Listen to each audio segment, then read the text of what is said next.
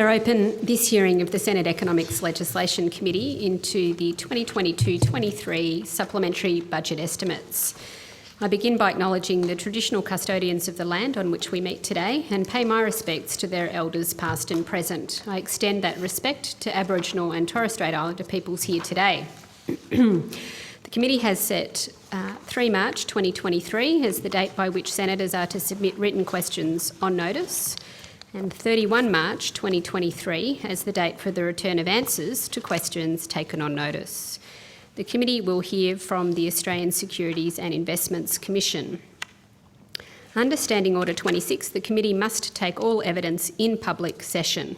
This includes answers to questions on notice. I remind all witnesses that in giving evidence to the committee, they are protected by parliamentary privilege. It is unlawful for anyone to threaten or disadvantage a witness on account of evidence given to a committee, and such action may be treated by the Senate as a contempt. It is also a contempt to give false or misleading evidence. The Senate has endorsed the following test of relevance of questions at estimates hearings. Any questions going to the operations or financial positions of the departments and agencies which are seeking funds in estimates are relevant questions for the purpose of estimates hearings. I remind officers that the Senate has resolved that there are no areas in connection with the expenditure of public funds where any person has a discretion to withhold details or explanations from the Parliament or its committees unless the Parliament has expressly provided otherwise. The Senate has resolved also that an officer of a department of the Commonwealth shall not be asked to give opinions on matters of policy and shall be given reasonable opportunity to refer questions asked of the officer to superior officers or to a minister. This resolution does not preclude questions asking for explanations of policies or factual questions about when and how policies were adopted. Witnesses are reminded of the Senate order specifying the process by which a claim of public interest immunity should be raised. I incorporate the public immunity statement into the Hansard. I remind all senators that as we continue our work implementing the Set the Standard report, as chair, I will ensure that proceedings are conducted in an orderly, respectful and courteous way. An officer called to answer a question for the first time should state their full name and the capacity in which they appear. I remind committee members and witnesses who are appearing via video conference and who are not speaking to mute their microphones. I now welcome Senator the Honourable Katie Gallagher, Minister for Finance, and the committee also welcomes representatives from the Australian Securities and Investments Commission. Just before I go to invite Mr Longo to give an opening statement, I wanted to make a couple of points before we start about the conduct of today's hearing. The committee views transparency to the Parliament and accuracy of information provided as being of the utmost importance. And the committee has invited ASIC back to give evidence today because we think that it's critical that senators have the opportunity to ask questions about the supplementary evidence provided last week in order to ensure that there is transparency about the matters raised in estimates on February 16 and that accurate information is provided to us. So to that end, it's my job as the chair to ensure that the freest possible flow of information from ASIC to the Parliament occurs in today's hearing. And it's my view that the best way to achieve that flow of information is for us all to have an open and orderly discussion today. In relation to witnesses, as the chair, it's my expectation that information that can be provided today will be provided today, given that ASIC has had significant opportunity between the first estimates appearance on February 16 and today to review the matters at hand. In relation to senators, it's my expectation that senators will seek information in an orderly and respectful fashion, and in particular that senators will allow time for answers to be completed before they continue with further questions. With that introduction, Mr Longo, I welcome you to make an opening statement. And before I do that, the Minister's seeking the call. The Minister. Thank you, Chair. Just briefly, I wanted to support certainly your comments around being accountable to the Senate. I think it is important that we are, and also that where there is further information that could be provided, whether it's additional information or clarifying or the provision of accurate information, that is done at the earliest opportunity. And I'm happy to answer questions about the letter I wrote to the committee because of that responsibility I feel we do have to ensure that the Senate estimates process or appearing before committees, the seriousness with which evidence is provided and the importance of accuracy for that is maintained. Thank you, Minister. Mr Longo, I understand you've got an opening statement and we appreciate that you've provided it to us as well today. Yeah, thank you, Chair. I'm pleased to appear before the committee today. I'm joined today by Deputy Chairs Sarah Court and Karen Chester, Commissioner Danielle Press, Chief Operating Officer Warren Day, and our General Counsel Chris Savandra. We value the opportunity to appear before this committee, indeed with respect for all the reasons that your opening with respect, Chair, noted. I understand that you've convened this extra hearing following the hearing on 16 February 2023 to better understand the letter I sent to the Committee Secretary on 22 February 2023. I acknowledge that there were questions following my evidence on 16 February 2023.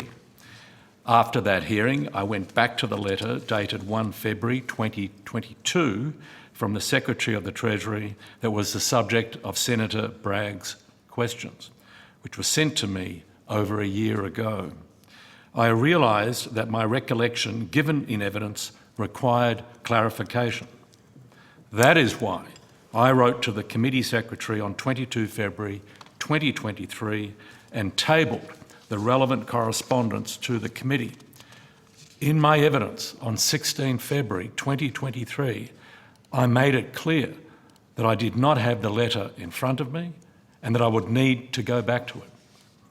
While the letter from the Secretary of the Treasury made it clear that there was an insufficient basis for Treasury to advise the Treasurer to take any further formal steps in the matter relating to potential actions that may be taken under Section 111 of the ASIC Act,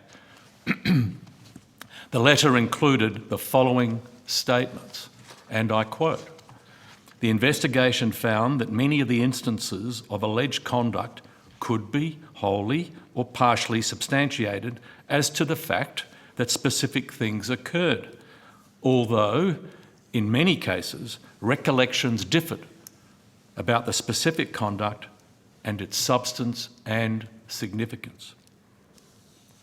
The letter also said, "The investigation has revealed instances of conduct regarding the standards set out in the ASIC Code of Conduct." The letter from the Secretary of the Treasury referred the matter to me for further consideration. In light of the contents of the letter, I felt the need to clarify the evidence I gave at the hearing on 16 February 2023, which was based on my recollection at the time. I reject any suggestion that the evidence I gave at the 16 February hearing was other than in good faith. Some of you will also no doubt be aware of the further questioning and evidence about these events that took place at the Parliamentary Joint Committee on Corporations and Financial Services hearing on 23 February 2023. Before we continue, I think it would be useful to provide some background to this matter. As you'll be aware, ASIC commissioners are independent, statutory appointees, appointed by the Governor-General on the nomination of the Minister under Section 9 of the ASIC Act. The ASIC Chair is appointed in the same way. and in addition has the role of being the accountable authority under the PGPA Act.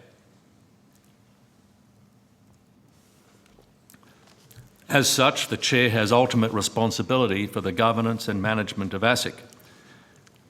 Commissioners do not report to the Chair, and their appointment may only be terminated under Section 111 of the ASIC Act by the Governor-General.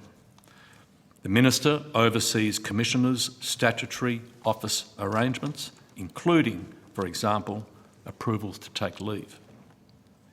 All Commissioners are subject to the ASIC Code of Conduct. There are, however, no formal sanctions that can be imposed on a Commissioner who breaches the Code. The only legislative sanction that is available in relation to a Commissioner is termination by the Governor-General under Section 111 of the ASIC Act.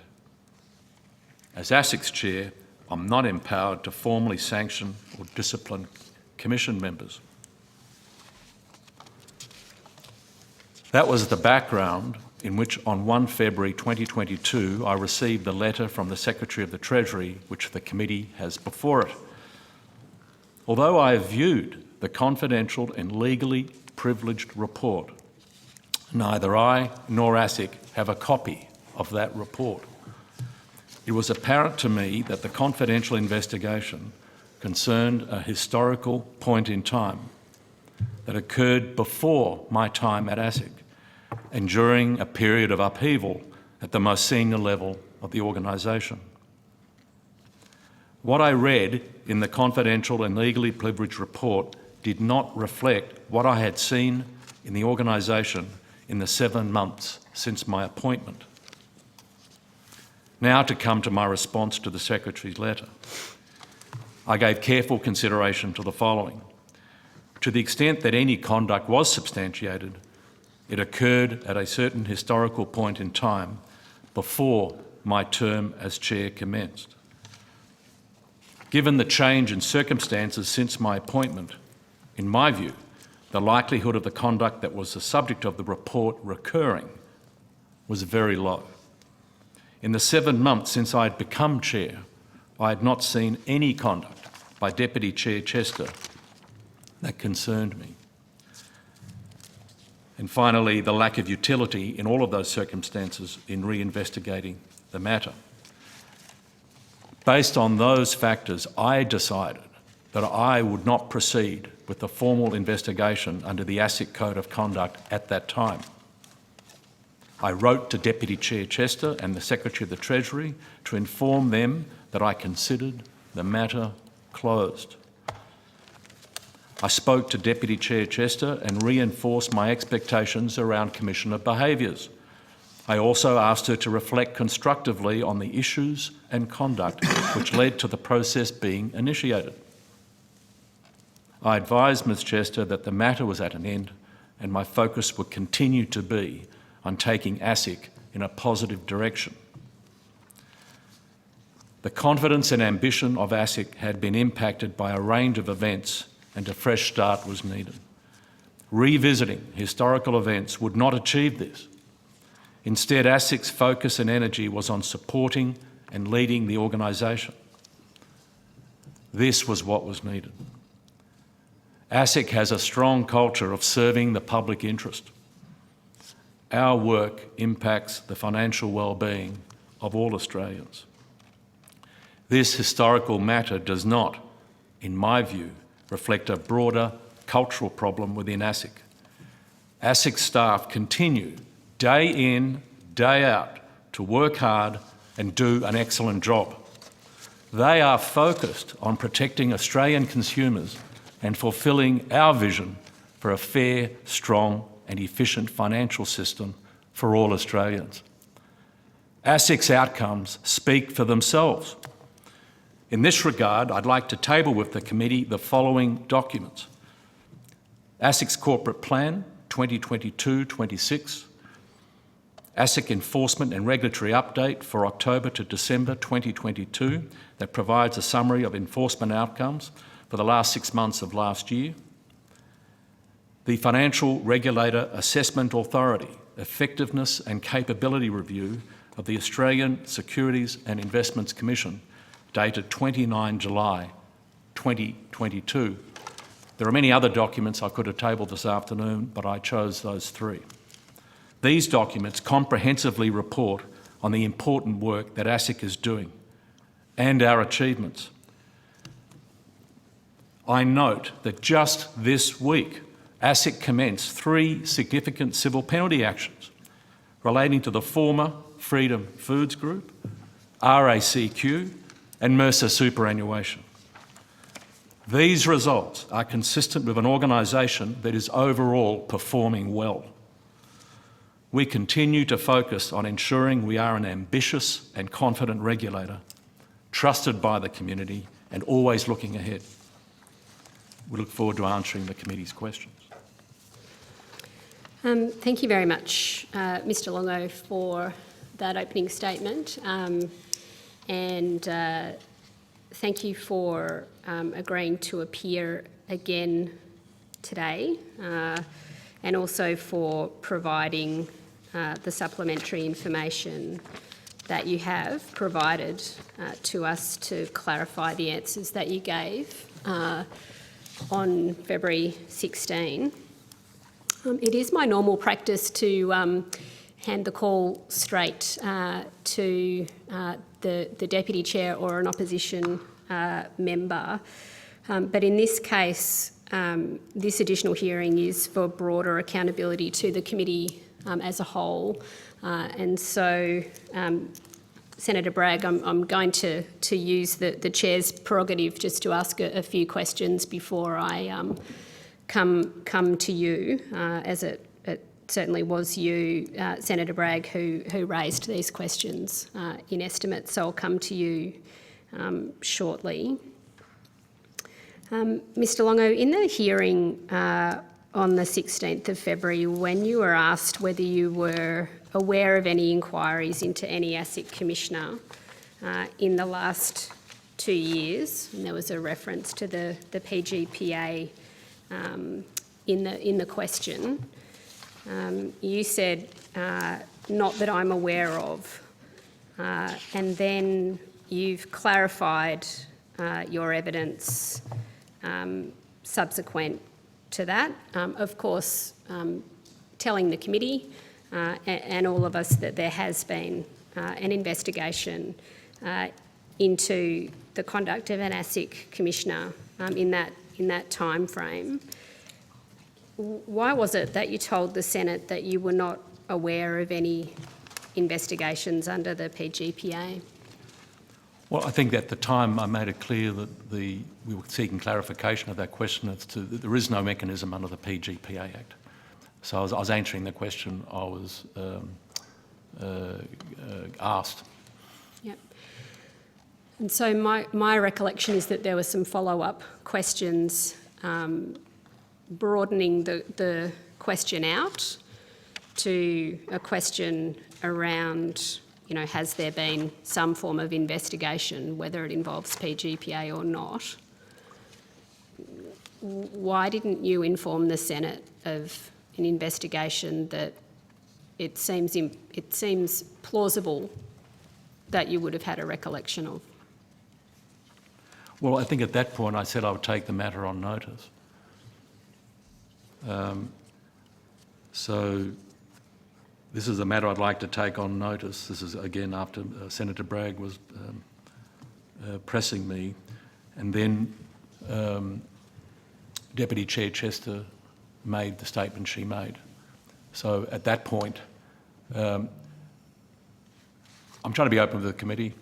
At that point, the Deputy Chair Chester decided to say what she did. Mm-hmm. Prior to that point, I thought the sensible thing to do was to take the matter on notice. It involved the potential whole range of confidential processes and aspects. And frankly, I wasn't expecting to have to deal with that issue at that point in time.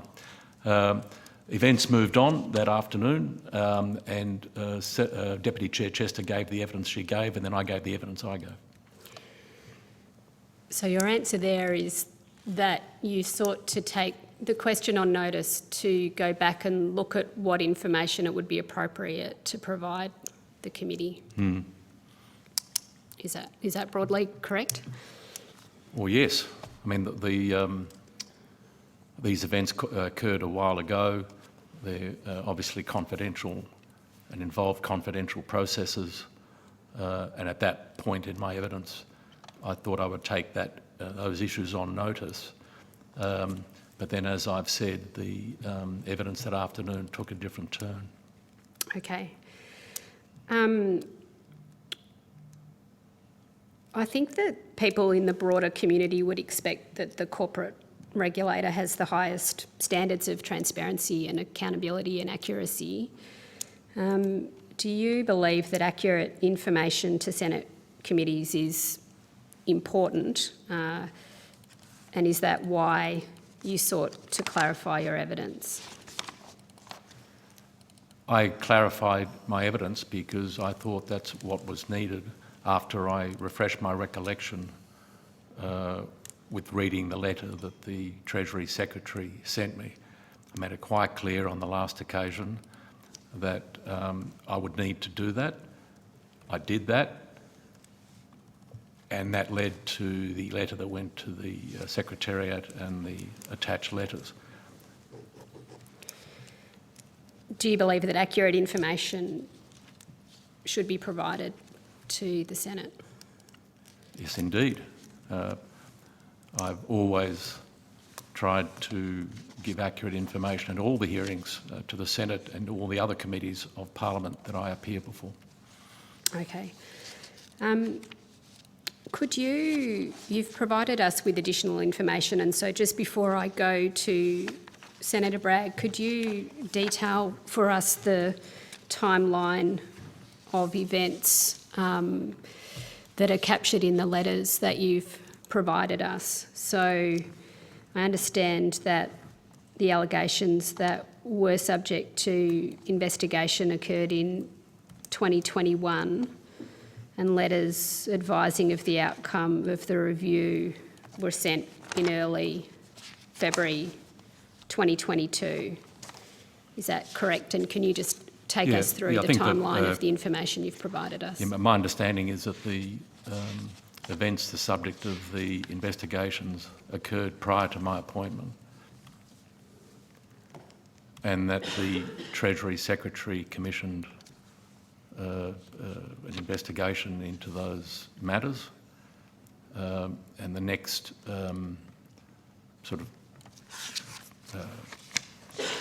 point in the chronology from my perspective is the letter from Mr Kennedy, the Treasury Secretary, on the 1st of February 2022, which I opened with. I was quoting from that letter. And then the next letter is the letter that I wrote to the Treasury Secretary and to Deputy Chair Chester on the 28th of February, formally informing Deputy Chair Chester and the Treasury Secretary that I would not be taking the matter any further. So they're the sort of, from my perspective, the key dates. Now, clearly, other things going on, but from my perspective, they're the key dates. Okay. And in the letter from Dr Kennedy to you on 1 February 2022, he notes that I consider that the investigation has revealed instances of conduct regarding the standards set out in the ASIC Code of Conduct. Your opening statements made some remarks about how you handled that information from the Secretary.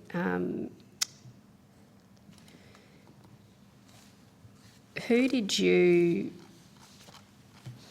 consult with in determining that you would take no further action? I think essentially you said in your opening statement that you gave careful consideration to various factors Did you consult with anyone in determining that you wouldn't take any further action? I considered the report. I looked at to the extent the conduct was substantiated. I looked at what had happened since I was appointed and in the 7 months since I became chair, and the lack of utility in reinvestigating the matter. I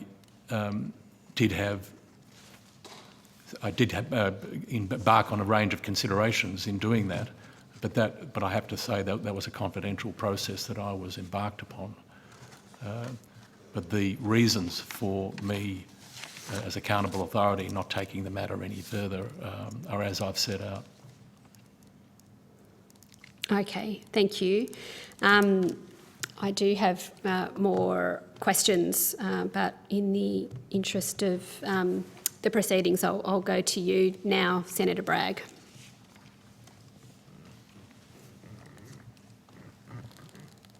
Thanks very much, Chair. And can I thank the Asset Commission for being there today, but also offer my thanks to the government senators for convening with the committee's consent this special hearing today. I have some questions for Chair Longo, but also some questions for Deputy Chair Chester.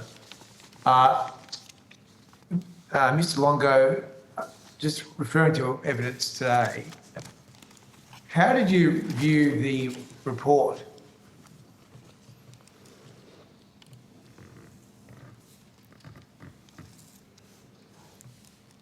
How did I view the report? You said that you don't have the report, so how did you view it? Well, I viewed it, but I don't have the report. Okay. So how did you read a report that you no longer have? Was it provided to you on a disappearing messaging app? Was it given to you in a paper copy which you had to hand back to someone? I was given access to the report on a confidential basis and in confidential circumstances. Those circumstances did not include me being given a copy of the report or retaining a copy of it. Okay, so you read the report and you handed it back to a Treasury I was given official? access to the report in confidential circumstances, but I did not retain a copy of the report, and nor do I have one in my possession or ASIC's possession at the moment. Okay. And who else was given access to the report when you were given access to the report? Well, the report is a confidential document. I was given access to it, and that's all I'm prepared to say about it at the moment. It's a confidential, legally privileged report commissioned by Treasury. It's their report. I'm not able to comment any further on who had access to it. Okay. Did you meet with lawyers from Gilbert and Tobin in relation to this matter? I think that when you say Louise from Gilbert and Tobin... I said I lawyers. Did you meet with lawyers? Lawyers from Gilbert and Tobin. You said lawyers. I'm certainly no Gilbert and Tobin, but Yeah. but I don't think... sorry, Senator, are you referring to the firm that was given the task of conducting the investigation? No, I was just wondering whether you met with any lawyers, legal staff, from Gilbert and Tobin in relation to this report. No, I did not. Okay. Did you inform Deputy Chair Chester of the no adverse findings comment that was used on 16 February? Yeah. That expression was one used by Deputy Chair Chester. It's not my characterisation of the findings in the letter. It's to be frank, it's one of the reasons why I read into the record the relevant paragraphs from Mr. Kennedy's letter, 'cause what I was trying to clarify is, well, that's what's in the letter. You can sort of see it for yourself. The Deputy Chair Chester formed the view that based on her view of the matter, there were no adverse findings, but I've never expressed a view about whether there were or there weren't. Okay, so you did not inform Deputy Chair Chester that there were no adverse findings. You didn't do that. No, I didn't use that expression. I said that as my opening statement said, clearly the outcome of the investigation, and I've been trying to think of a way of talking about this without repeating the 2 paragraphs from the letter, was mixed. And so on that basis, the way I thought best to handle it was to ask her to reflect on the issues and matters that actually led to the process being initiated in the first place, remembering I wasn't around for any of that. And secondly, I thought it was appropriate, and I might add, when I talk about reinforcing my expectations around Commissioner behaviours, it was something I talked about from the first day of my appointment anyway. I mean, when I first started the job, we sat down as a commission and talked about how we would work together. So I thought it was appropriate to reinforce that. But otherwise, I told Ms Chester that I wouldn't be taking the matter any further. Okay, so just before I leave this matter, so on the report itself, you viewed it, it's not retained by ASIC in any way, and the only copies that exist, to your knowledge, exist in the Treasury Department. Is that right? Yeah, that's correct, Senator. Okay. Okay, thank you. So my last question to you, Mr Longo, is what sort of preparation do you do with your team before Senate estimates? Do you consider the standing orders? Do you consider the guidelines that are issued to witnesses? What sort of work goes on behind the scenes? A lot of work is a short answer to that. I've appeared now in the short time I've been chair a number of times, not only before the Senate Estimates Committee but other committees.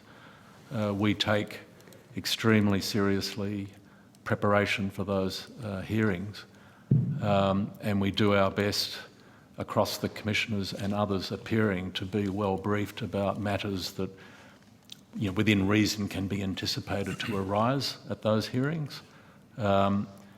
This particular matter was just entirely unexpected on the day, and so I'm not going to repeat what I said earlier, but the short answer to your question is we take preparation very seriously and we do our best to be well prepared so we can be cooperative and assist the committee, the various committees. The other thing we try to do is be very open with all the committees and FRA as well, that if there's anything in particular that you would like one of us to talk about at a hearing or an appearance, if you can give us a heads up, that helps, because we're able then to prepare in particular for a particular issue that a Member of Parliament is interested in. But we do our best to anticipate those things. Okay, thank you. Well, I think certainly I appreciate the steps that you've taken to correct the record and to clear up what was initially said on 16 February. I might just ask some questions to the Deputy Chair now. Can I ask you whether you've been provided with all the information about the standing orders in relation to parliamentary privilege and also in relation to information given to witnesses who are appearing at parliamentary hearings, which are known as the government guidelines? Chair, for the purposes of the transcript, Karen Chester, Deputy Chair, ASIC. Senator, in answer to your question, We have a very capable staff member who makes sure that before every appearance we have those documents made available to us. I've been appearing before parliamentary committees and Senate committees for across many years. I'm very familiar with those obligations that are very important to us, and indeed it was because of those obligations that I sought to provide additional information to this committee following your questions back on, I think it was the 16th of February. Okay. So I guess my main question to you is, you've given the evidence on 16th of February that there were quote unquote no adverse findings. What is your position for the record now? So, Senator, I stand by my earlier evidence to this committee. After a comprehensive investigation and a related process, no adverse findings have been provided to me. Okay. So your evidence though on the 16th of February was that there was effectively a letter that had been provided which stated no adverse findings. But the letter from Secretary Kennedy says that the allegations, quote unquote, could be wholly or partially substantiated. So that doesn't appear to be the same as no adverse findings, does it? So, Senator, there's two letters that provided me with an understanding of the outcome of the processes. Yep. The first one was from Treasury Secretary Dr Kennedy on the 1st of February 2022, and the second one was from Chair Longo on the 28th of February 2022. I think the letter that you're now referring to is the letter that Chair Longo received from Dr Kennedy. Yes. Which is a paragraph that takes several readings, but I am struggling to find a clear adverse finding in that reading. It read to me to be a little inconclusive. So it's on that basis that I still feel that I can stand by my earlier evidence. Okay. But it's, so but yours it's also sort of taken in the context of I'm reading it across the bookends of the letters from Dr Kennedy and then the outcome of the process that Chair Longo went through in considering whether or not to initiate a code of conduct inquiry. Okay. So you said on the 16th of February, quote, those allegations were referred to in, sorry, I'll start again. Those allegations were referred to the Treasury. Treasury undertook and oversaw a very comprehensive investigation. There were no adverse findings. So that is still your position, is it? Yes, Senator. Okay.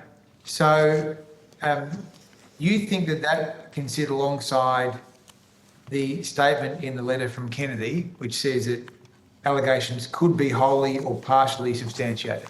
You think that's consistent? I think you have to read the entire paragraph, Senator, and then the matter was referred to Chair Longo to take it further, and it was not taken further. Okay, but I mean, these are serious matters, and I've just asked the chair if he said to you that there were no adverse findings, and he said that he did not give you that advice. I can't see it in any of the correspondence that's been supplied by ASIC. So there's no adverse findings statement that you've made to the Parliament. Is that your own reading, or has that been supplied by someone else? So, Senator, one of the letters, so on the two letters that I received back in February 2022, that they were the only communications I had from anybody on the outcome of the two processes. I did have legal counsel at the time, and the legal counsel at the time did say to me that this represented no adverse findings.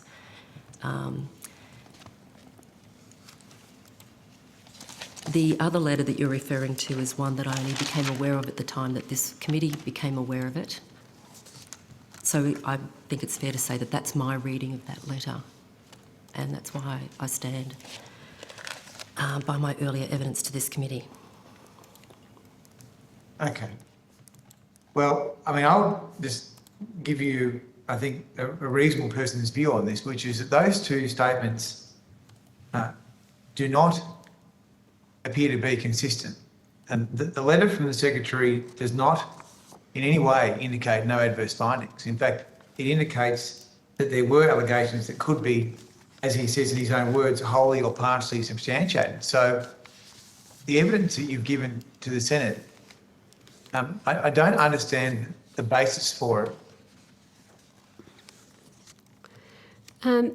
Senator Bragg, I note that in your questioning you are conducting yourself in the way that I indicated I would like to see, in a respectful and orderly way.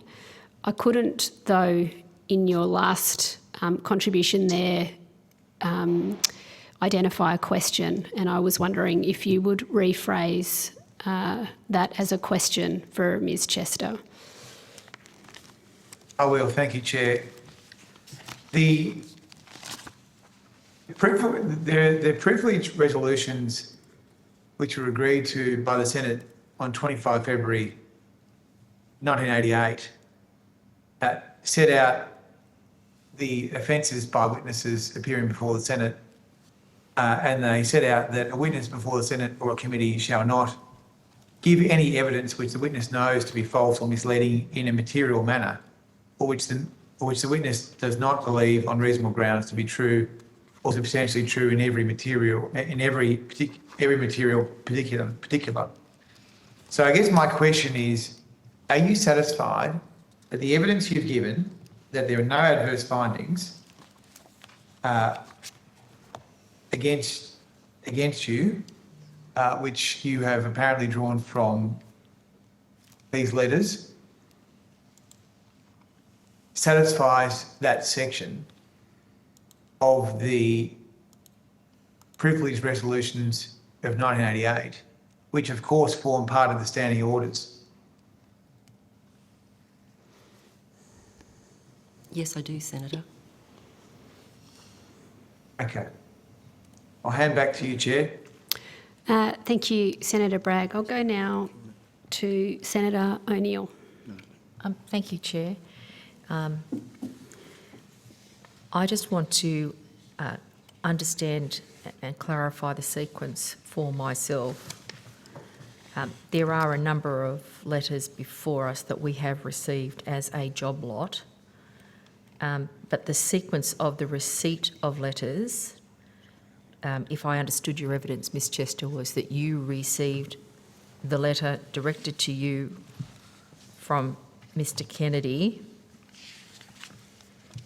and you read that as an indication of no adverse findings. Is that how you received the letter, the communication from Mr Kennedy? The letter that I received, Yes. Senator, yes, it was. I think, Senator, it might be helpful to also make the point that I've not been informed of any adverse findings, and clearly if there had been adverse findings, I would have been told of them. I've not seen the report. I've relied upon two short letters that I received at the outcome, and then having seen the letter to Chair Longo. So we might just go through that step by step. So firstly, this is the letter you received dated the 1st of February 2022, and you have read there is an insufficient basis as no adverse findings. You amplified your evidence today by saying that you had legal counsel at the time, and the language that was used in that consideration of this matter was there were no adverse findings. Was that the sort of common parlance around there is an insufficient basis on which to advise the Treasurer to take any formal steps? Sorry, Senator. You read both the letters together. So, Senator, it really was a collective reading of the two letters. They're important bookends. the letter from Dr. Kennedy to myself left open a process to be followed through. And we'll come to that next. And so it was really, the view on no adverse findings was based on a collective reading of the two letters. Okay, so, but we've got your response to the first letter. Then the second letter that you're referring to is one amongst the pack of letters that we have received. And I'm assuming in that you're referring to the letter addressed to you, Ms Chester, on the 28th of February from Mr Longo. That's correct, Senator. Right. Now, is that the sum total of the correspondence that you had to interact with prior to appearing at the hearing and indicating that you believed there were no adverse findings? That's correct, Senator. So it's only subsequent to that, with the receipt or the provision of letters to this committee, that you had sight of the letter to which Senator Bragg has been referring, which is the letter to Mr Longo. That's correct, Senator. So the letter from Mr Kennedy to Mr Longo was unseen by you until it became a public document in the course of the inquiry of this committee. That's correct, Senator. Okay, I think that's probably an important sequence to get on the record. Following that,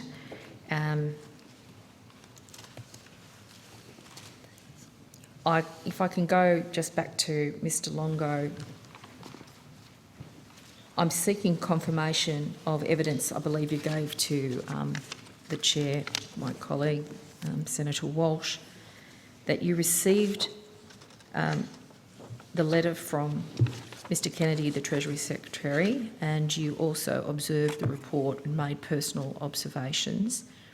When you were asked who did you consult with in determining that you would take no further action, I wasn't 100% clear. Did you consult with anyone, or did you only seek your own counsel in referring to, you know, the documents Yeah, I understand. and the observations you had at the time? Well, Treasury had its job had done, and I had my job to do. So I had some interactions with Treasury to inform them of the approach I was taking, but it was my decision. I was given access in the way I've described already to the report, but as the Treasury Secretary's letter said, he summarised where the investigation landed, and then he asked me to further consider it. You know, he referred it to me for further consideration, which is what I did. And so I did some internal work on that, but it's, if I may say so, was a very confidential process, and I had access to the report. I looked at it, but for the reasons I've given, I decided not to take the matter any further. Okay. So when you say you did internal work, are you talking inside yourself, or are you talking inside ASIC? Because I want to restate the question that the Chair put to you and get a clear answer. Was there any consultation with any other person, or was the consultation that determined your action solely undertaken by you? Yeah. As accountable authority, I undertook the bulk of that consideration. I had some assistance from my immediate staff. The issues in connection with the inquiry or investigation made it important that I maintained a high level of confidentiality around who I could speak with about my consideration of the matter. I got appropriate support from Treasury, who of course had been working on the matter for a while, had the benefit of the Treasury Secretary's letter, and I formed a view as for the reasons I've given. So I think I'm clearer now about the steps that you undertook Right. after you received the letter from Treasury Right. Secretary. You've added a little more information in that you received support from your personal staff.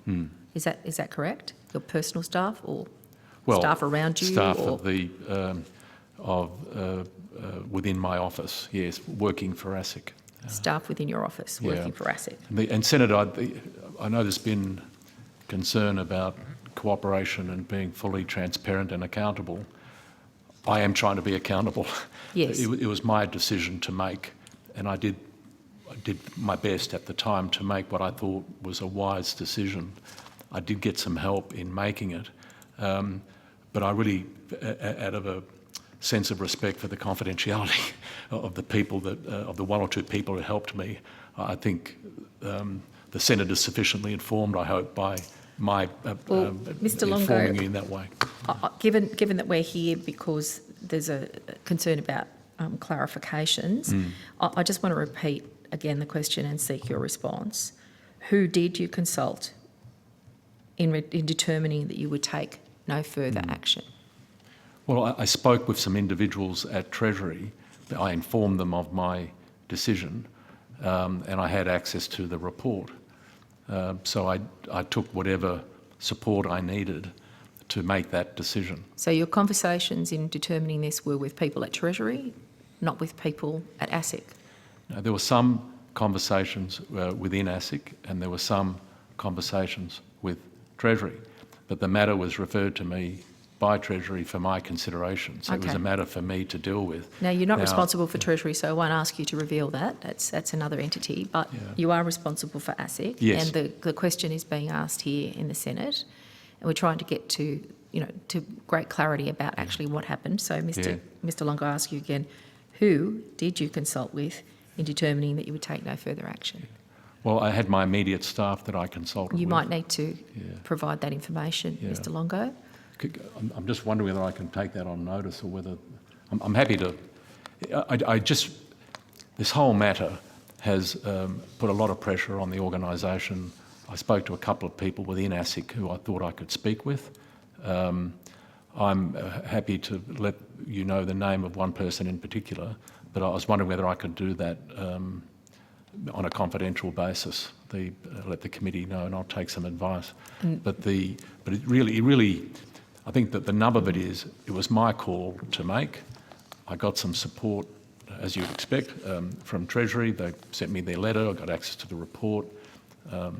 There were some interactions, but it was my decision to make. Okay, well, I think we've clarified things to a fair degree there. Yeah, okay. And I understand that you want to take that on notice, and that is within your right to do so. Yeah. And the committee will await your response. I guess it does point to the sensitivity of many matters that happen in workplaces, and the tension between confidentiality and transparency.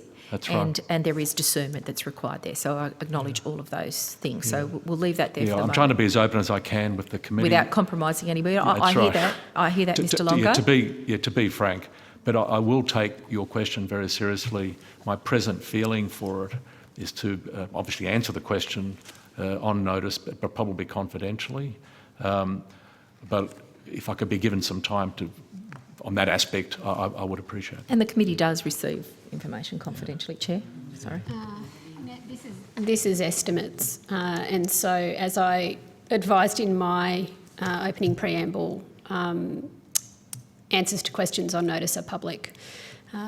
But I understand that what you're undertaking to do, Mr. Longo, is go back and consider what information you believe you can provide to us on Senator O'Neill's question, and that's appropriate. Thank you.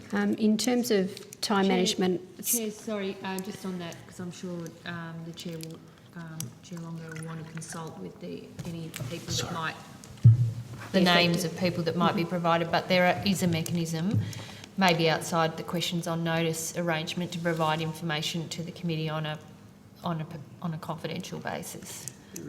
Yeah, which could be explored. Advised that that's correct, Minister, of course. It would require perhaps a different process to be initiated. Senator O'Neill, just in terms of time, Senator Bragg does have some questions as well. I'm in your hands, Chair. I'll go to you, Senator Bragg. Thanks a lot, Chair. Another one in there. Yeah. I might come to you, Mr. Longo, just based on my last line of questioning to Ms. Chester. So Do you agree with this characterisation of no adverse findings? I think I think two things. One is I think we can all take our own view of what the Treasury Secretary wrote to me about. And adverse findings can be a bit of a term of art in administrative law and law generally. I'm not going to put any particular gloss on this. The letter says what it says. The word I would use is mixed. I think where the investigator landed was, if I was trying to find a neutral sort of word, I would go for mixed. But it's not really a matter for me to sort of characterise what sort of findings they are. The letter speaks for itself. I think the report landed it was a mixed conclusion, I think is the way I would put it. But it's a confidential, legally privileged report. I was given the letter that the committee now has that summarises its effect. It's a matter for judgment as to different people's views as to where they want to go from there. Okay. I might just ask, thank you very much, I might just ask the Minister a question about this. So, Minister, we have one witness saying that there are no adverse findings. We have another witness saying it has mixed findings. Where does that leave the regulator and its public credibility? Thank you, Senator Bragg, for the question and the opportunity to come back at this on this subject. Well, I think the government expects all regulators to uphold, governance standards and operations. I think governments of all persuasions have expected that of ASIC. There is no doubt, I think, that when issues arise like this and are ventilated in the way they are, that comes at some reputational cost to an organisation. I don't think that's peculiar to ASIC. I think that, that happens from time to time across entities and organisations in both the public and private sector. Okay, thanks for that answer. I mean, we're talking about the corporate regulator, which is required to enforce the corporate law. We've got two witnesses before the committee today giving different answers on the outcome of a report into the conduct of a commissioner. I mean, where does that leave? Where does that leave the reputation of ASIC in the government's view? Well, I think I've said that I think this comes at some reputational cost. I mean, I think what you have is, you've got all the letters that were written. I think, it's a matter of interpretation, I would say, between a person who is subject to an investigation and the information they have, and the chair of the organisation. I mean, I don't think these sort of matters, where they arise, are peculiar to one organisation. I think you see, code of conduct investigations, concerns raised about, employees and leaders across the board. I think it comes at a reputational cost. The government expects that these matters be dealt with appropriately. That is why, under your government, when this matter arose, it was dealt with by the Treasury Secretary, and then through the established processes set out in both the Act and the organisation, it was dealt with in the way it was dealt with. Okay, thanks, Minister. I might just ask a couple more questions to Ms Chester, and then I think I'll be done. Ms Chester, you heard the evidence from Chair Longo that, in his view, that the report had mixed findings. How do you respond to that, and do you stick with your position of there being no adverse findings? Senator, in response to an earlier question from Senator O'Neill, it was established that I have not seen the report.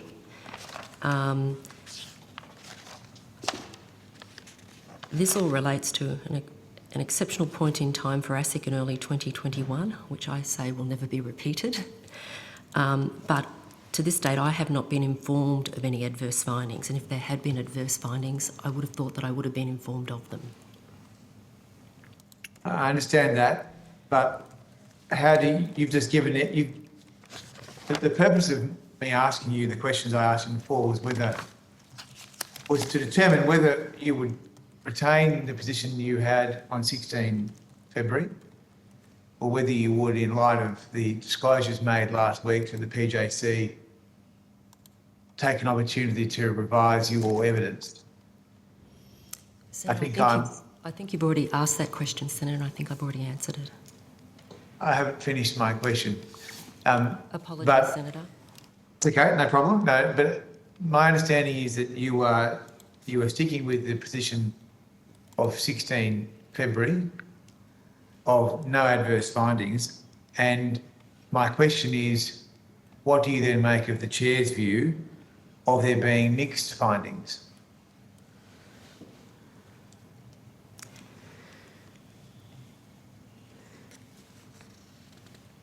I think, Senator Bragg, that is a repeat of a question that you did just ask, Also but asking but for an it's opinion about someone else's evidence. I think Ms. Chester was getting ready to answer the question again. So I think, Senator, it's fair to say that Chair Longo has answered your questions based on the information that he's had access to, and I'm answering your questions and the questions of this committee based on the information that I have access to. Have you read the report? I think I've asked and answered that question a couple of times, Senator. No. Okay, so your understanding of no adverse findings comes from the letters or from the verbal briefings you've been given? I've had no verbal briefing, Senator. I'm only relying on the letters. That's the only way that the outcomes of these processes have been communicated to me. Okay, so your position is you will retain the 16 February position, and you will not be seeking to make any further comments or revision of your evidence to the Senate.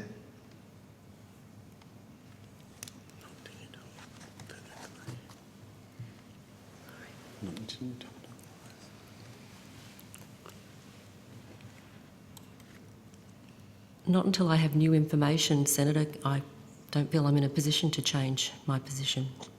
Sorry, that was rather elegantly worded. Okay, look, my last question is,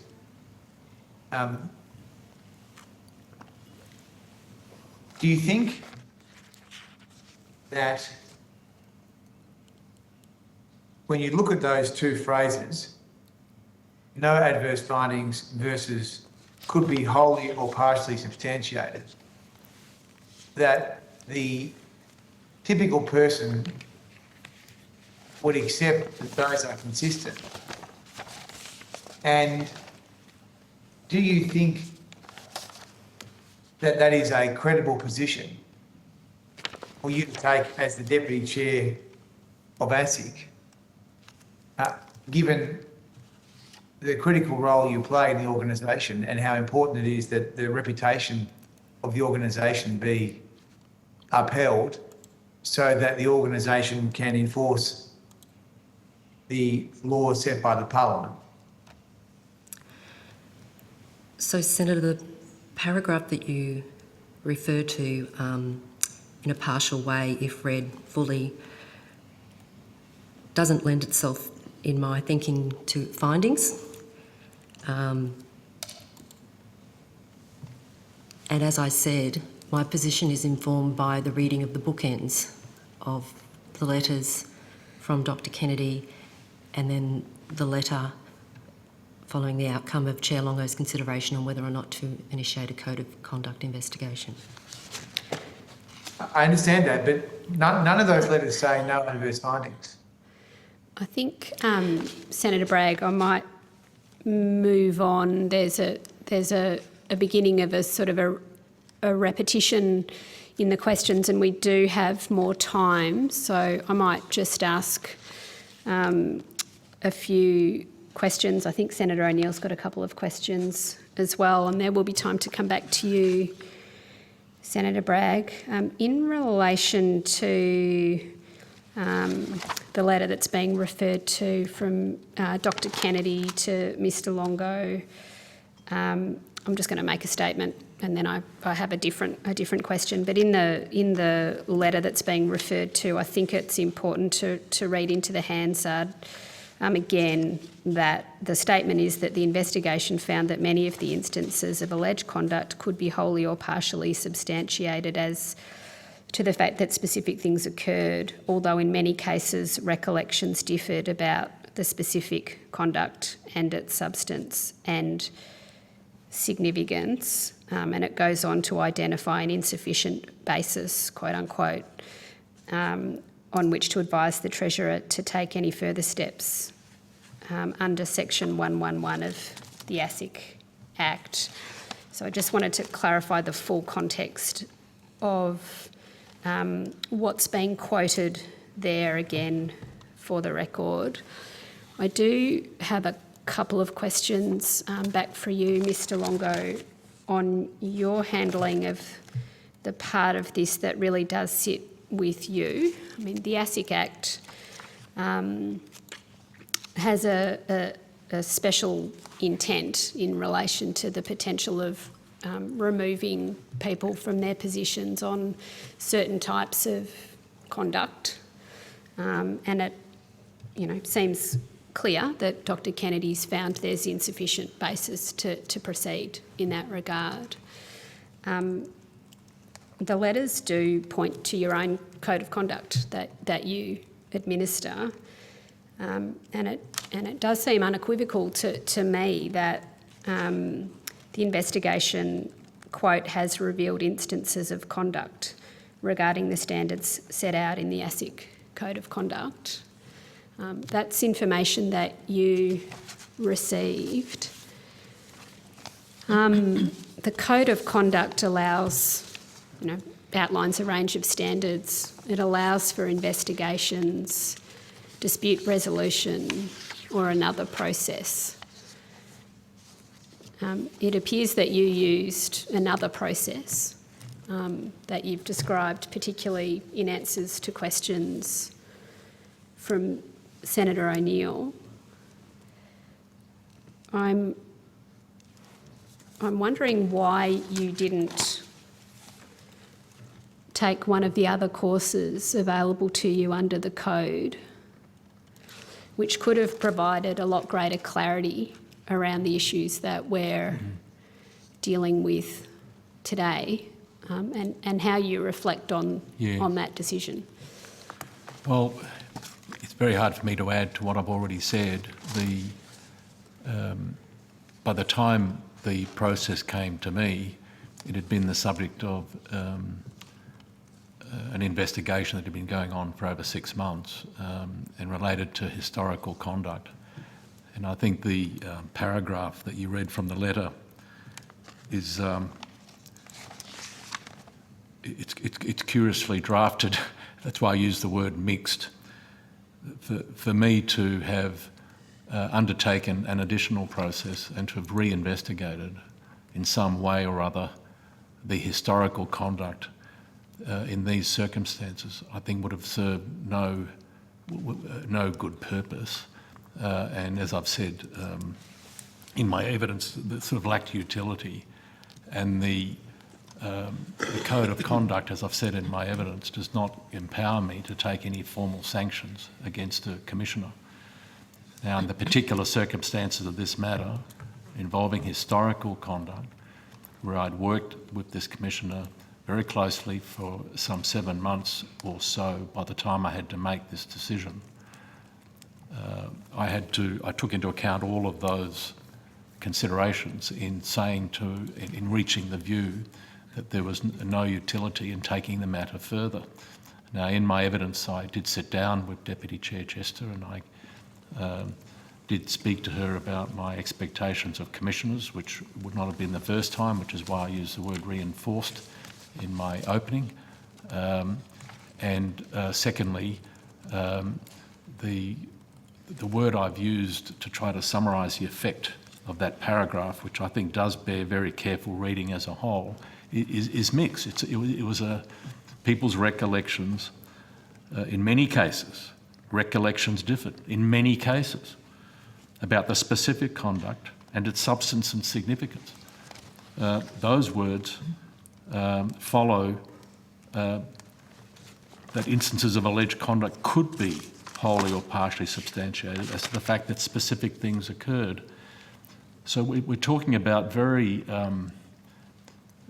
I had to think through what the utility was of going over all of those circumstances again when clearly the person who did the investigation and the Treasury Secretary summarised it in the way he did, to my mind,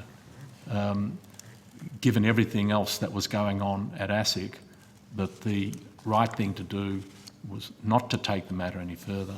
I spoke with Deputy Chair Chester. I took into account all of the circumstances and considerations and decided not to take the matter further. Okay, thank you. There's about 15 minutes or so left. I think I indicated that I was about to go to you, Senator O'Neill, didn't I? And I do need to go back to Senator Bragg as well, but I'll go to you, Senator O'Neill. Thank you very much, Chair. Just following the line of questions of the Chair and reflecting on the process that was undertaken in this particular instance and the further enlightenment that hopefully is coming from this investigation. Can I go to cultural issues at ASIC? No organisation is perfect at all times, and that's why we have things like codes of conduct. But the gap between what's written in a code of conduct and how it's enlivened in the workplace can be very significant. So my question really is seeking your view, initially, Chair Longo, about your beliefs with regard to cultural issues that have been raised at ASIC. Are cultural issues being properly considered, particularly with regard to the stated cultural practices that I think are revealed by your code of conduct? Well, I don't believe there is a cultural problem at ASIC. I think the code of conduct is a code that talks about the expectations we have of everyone working at ASIC as to how they work with other people, and it's a code of conduct. It sets out the standards we expect of people's behaviour. I will hand over to Mr Day in a moment, who I think gave a response to this question on the last occasion. But you've asked for my view. I think ASIC has a strong culture. I mean, from the day I started, all the people I've worked with at ASIC, they're highly motivated, they're hardworking. We have a very diverse group. So there's I think people feel good about working at ASIC. There's a good culture. So I personally don't think ASIC has a cultural problem, and we can point to some data that can confirm that. So, for example, I'll ask Mr Day to talk about the data in a moment. So it's not just me thinking that. I think the data absolutely confirms it. Now, that shouldn't be confused with a desire, not only by me, but by everyone working at ASIC, to always do better. And so we're about to go through an organisational design review, which reflects a lot of work that's been done the last 6 or 7 months. We're right in the midst of an intensive consultation with senior leadership within ASIC and at team level, and we hope to land that in the next couple of months. So that's all about getting us to work more effectively together, more efficiently. Can I It's go to themes that? that I spoke to the last time. So to my mind, that's good culture. I mean, we wouldn't be doing that if I didn't think, if the Commission didn't think, that the staff were not ready for some change. It's been over 15 years since ASIC had any review of its structure and organisation, and I've been really pleased with the level of interest and engagement by staff at all levels with this reorganisation. Okay. Everyone's not going to agree with it. I've got a couple but more it's questions. really, to me, that's strong culture. That's good culture. I've got a couple more questions that I think are important arising out of this moment. Yes. At our People Code of Conduct page, or item 11, there's a statement there about treating people with care. Team members must invite and accept feedback from others, provide feedback constructively. Team members must always treat others with courtesy, respect and dignity. Team members must never bully, harass, unlawfully discriminate against others. Yeah. And on the final page, it directs a team member, should they see a breach of code of conduct, to undertake a number of actions, either engage with ASIC's Speak Up program. First item. Their second is their people and development people partner. Thirdly, a senior executive leader. Fourth, an executive director. And fifth, the chief operating officer. I can only assume that this process that we're interrogating today came about because one of those actions was taken and that there was a report which led to follow-up and has led to ultimately the inquiry by the Treasury Secretary and the process that we're following today. So is that a question? Is that how this matter would have been Yeah, I might ask Mr. activated? Savandra to confirm what I'm about to say, but it's the investigation that the Treasury Secretary commissioned was not an investigation under the ASIC Code of Conduct. It was an investigation that Treasury initiated, and so that's a matter for Treasury. So that investigation is something that they commissioned, and it's a matter for Treasury to explain. Well, I'll withdraw that.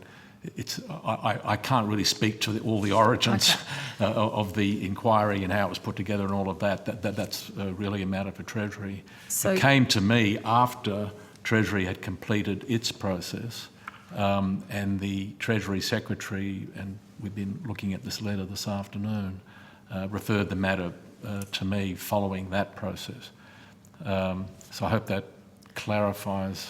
Well, it makes me want to ask more questions, frankly. If the matter didn't come up through the ASIC Code of Conduct, then it has got to Treasury via another means, and that means that the individual who made the complaint has gone outside of ASIC to have their complaint heard. I could be wrong. I'm happy to be corrected if that's not the case. Can you help me clarify I really that? can't take it any further. Is there anybody here who can? Mr. Day, you've been with the organisation a long period of time. All of these events occurred before the 1st of June 2021. Yes. So the origins of that process is really something I just can't really inform the committee much about at all. Okay. Mr. Savandra, can you assist me? For the Hansard, Chris Savandra, ASIC's General Counsel. Senator, I'm not aware of the origins of any report to Treasury and or the Treasurer. I think... But can you clarify for me that this matter did not come up through the ASIC Code of Conduct process, which is clearly outlined? I don't believe so, Senator. I'm not aware of what led to Treasury initiating this process, but to my knowledge, it wasn't through an ASIC Code of Conduct, one of the lists that you've referred Thank to. you. Senator, so unfortunately, I don't think ASIC can assist with the answer to that question. We would just note that, that it's important that those that wish to disclose behaviour Can do that- so by whatever means they find they And feel that their necessary. identity Yep, so, is and I'm not for sure. I'm not casting aspersions on anybody for following a Yep. different pattern, but But it certainly- may say something to the certainly I'm not culture if aware. somebody has to go outside the Yep. organisation that they're working in to get support. I'm just unclear on the Yeah. appointment I times. think it might be useful if you took on notice the origin of the complaint that was lodged. Was it lodged internally with ASIC or was it lodged direct somewhere else? That would be helpful for us to understand. Certainly, Senator, Chair, I'll take that on notice. Thank you. Can I just confirm, because I'm not quite sure of the sequence of who was appointed at what time. Ms Court, were you there before Mr Longo? Mr Longo and I started on the same day. I thought it was around the same time, but that clarifies for that. So, Ms Press, you have been there for a longer period of time. Yes. Do you have any insight into the way in which this matter was referred I'm not and aware. ended up with the Treasury Secretary? I'm not aware of how the matter was referred to the Treasury. No, I'm not. And can I just ask you, Ms Press and then Ms Court, because of your differing times that you've been in ASIC, Ms Press, how long have you been there? I've been there 4 years, 4.5 years. Okay. So, given that we have the letter from Mr Kennedy that indicates, and I want to read it correctly,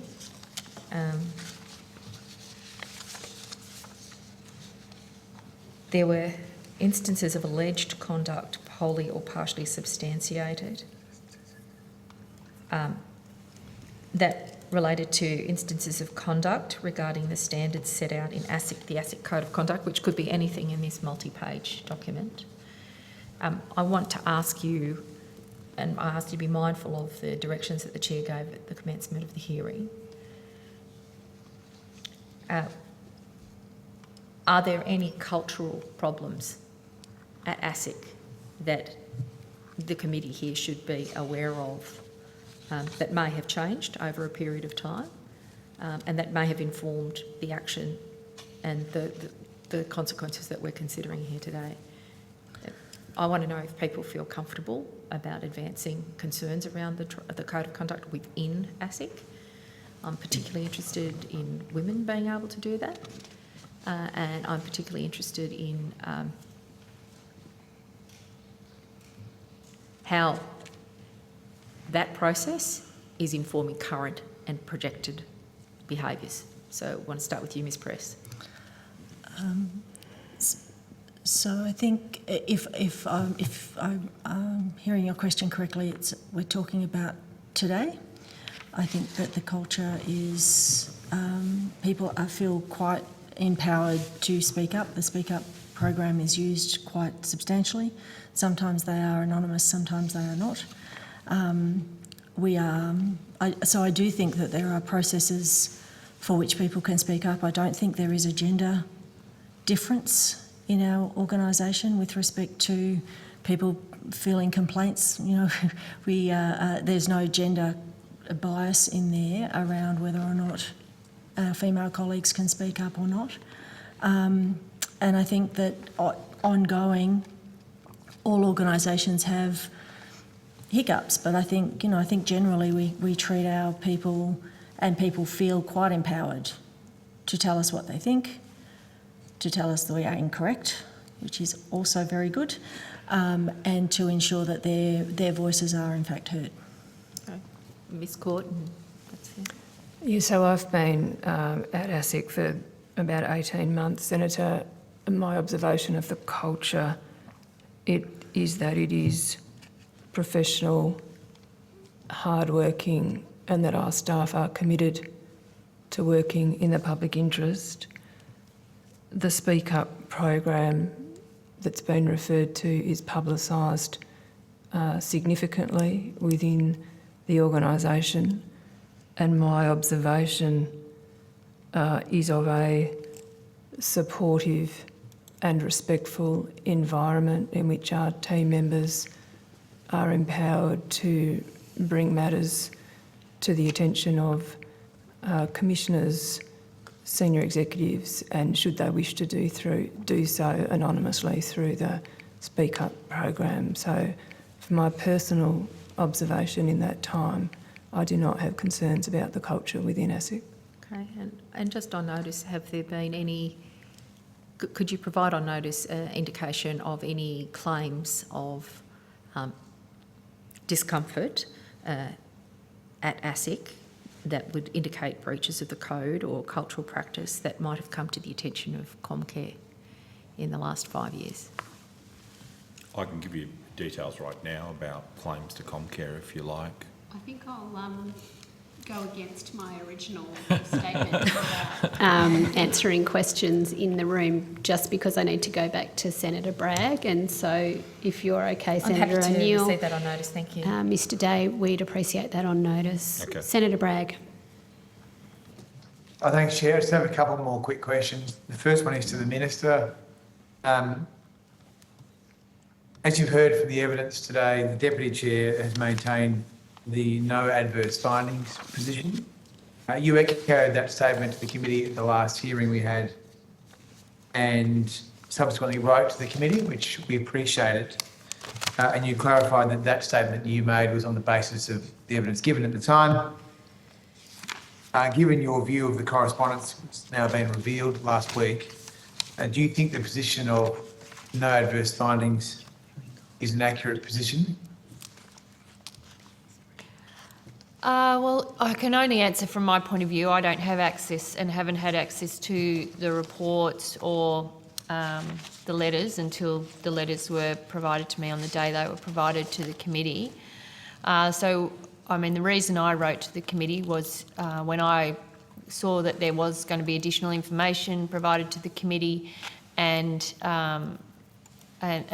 read the content of those letters. I went back to check the Hansard for whether I'd provided evidence that would need clarifying. And the point I tried to make in the letter was, and I mean, I don't think I had anything really I didn't have anything to correct the record on, but I just wanted to be clear that when I'd made that statement, it was based on evidence that Ms Chester had provided at that hearing. I wanted to be clear that I had not got any knowledge of the reports or any of the allegations or any of that. So, I mean, that was trying to be helpful to the committee because I take my job seriously. In terms of your question, I accept that the evidence that Ms Chester is giving is her understanding of the information that she has.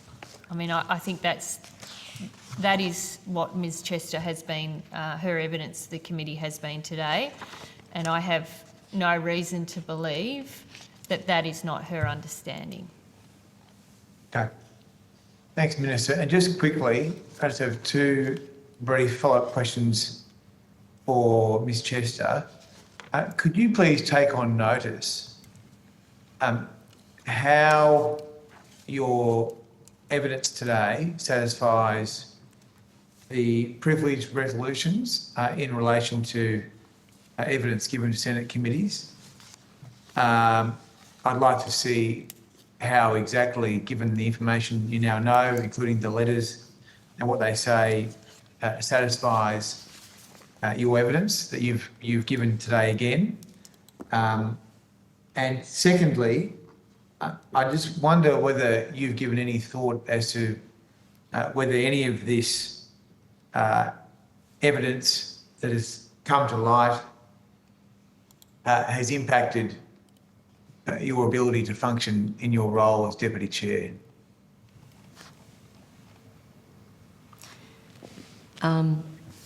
Senator, happy to take the first question on notice, but I'm not sure what I can add beyond the questions that you've put to me in that regard today, but I'll take it on notice and see if there's anything further that I can add for the benefit of the committee.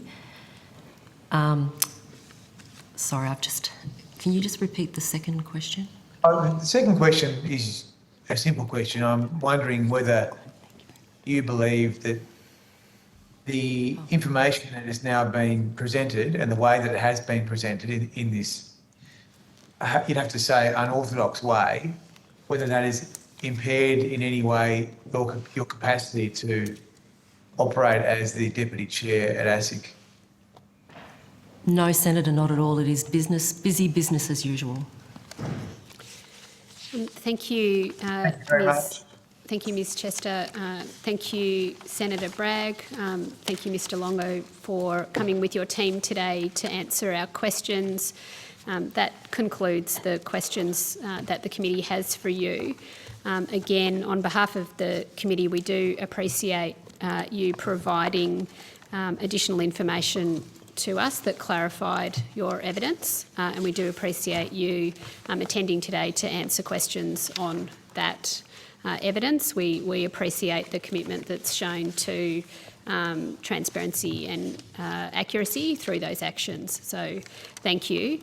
There being no further questions at this time, the committee's consideration of the 22-23 supplementary budget estimates will conclude. I thank the Minister, the officers of ASIC who've given evidence today. Thank you also to Hansard Broadcasting and the Secretariat. I declare the hearing adjourned. Thank you. Thank you, Thank you, Chair. Senator. Thank you, Chair.